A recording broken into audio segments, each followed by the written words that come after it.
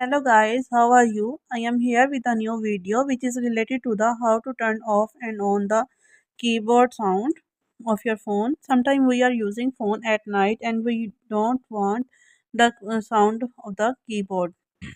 So first of all we go to the setting without wasting our time. One thing is more, please don't forget to like and subscribe my channel. And because I am uploading too much videos for your information, so that's why please subscribe my channel. Open the settings. Now go to the sound and haptics option. Here you can see the all the options of related to the sound. Move to the keyboard and feedback. Here you can find the two options, which is first is sound and second the haptics.